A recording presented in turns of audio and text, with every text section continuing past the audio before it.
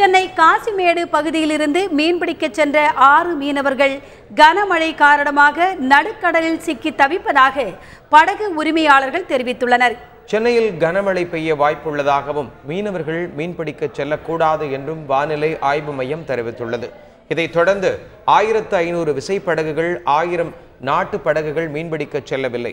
இந்த நிலையில் வானிலை ஆய்வு மைய அறிவிப்புக்கு முன்பே சென்னை காசிமேடு பகுதியிலிருந்து ஃபைபர் படகு மூலமாக மீன்பிடிக்க சென்ற 6 மீனவர்கள் தற்போது காற்றுடன் கூடிய கனமழை காரணமாக நடுக்கடலில் சிக்கி தவிப்பதாக படகின் உரிமையாளர் புகார் தெரிவித்துள்ளார்.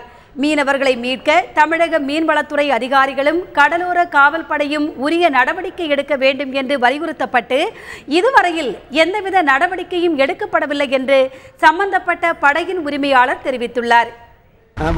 தொழில் போயிட்டு வந்து காட்டு மலை 12 பாத்துல கோலம்பிச்சு நேரம் ஆங்கல் இருந்தாங்க. இப்போ நேற்று ஃபுல்லாக ஏடி ஆஃபீஸில் போய் கம்ப்ளைண்ட் பண்ணால் அவங்க செய்யலன்னு சொல்லிட்டாங்க. இதுவெல்லாம் ஒன்று போய் காற்று டைட்டாகிறதுனால போட்டு ஆங்கர் ஈழ்த்திருந்து போட்டு கரை போகுது. எல்லாம் அழுகுறாங்க, பயங்கரமாக அழுந்துருக்காங்க. 6 ஆள் நம்ம போட்டில் 6 ஆள் அழுந்துருக்காங்க.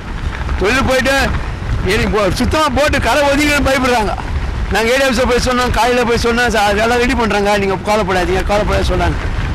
நான் கோஸ்ட் கார்டே போட்டு அனுப்புறேன்னு சொன்னாங்க. இன்னும் கோஸ்ட் கார்டு போகல.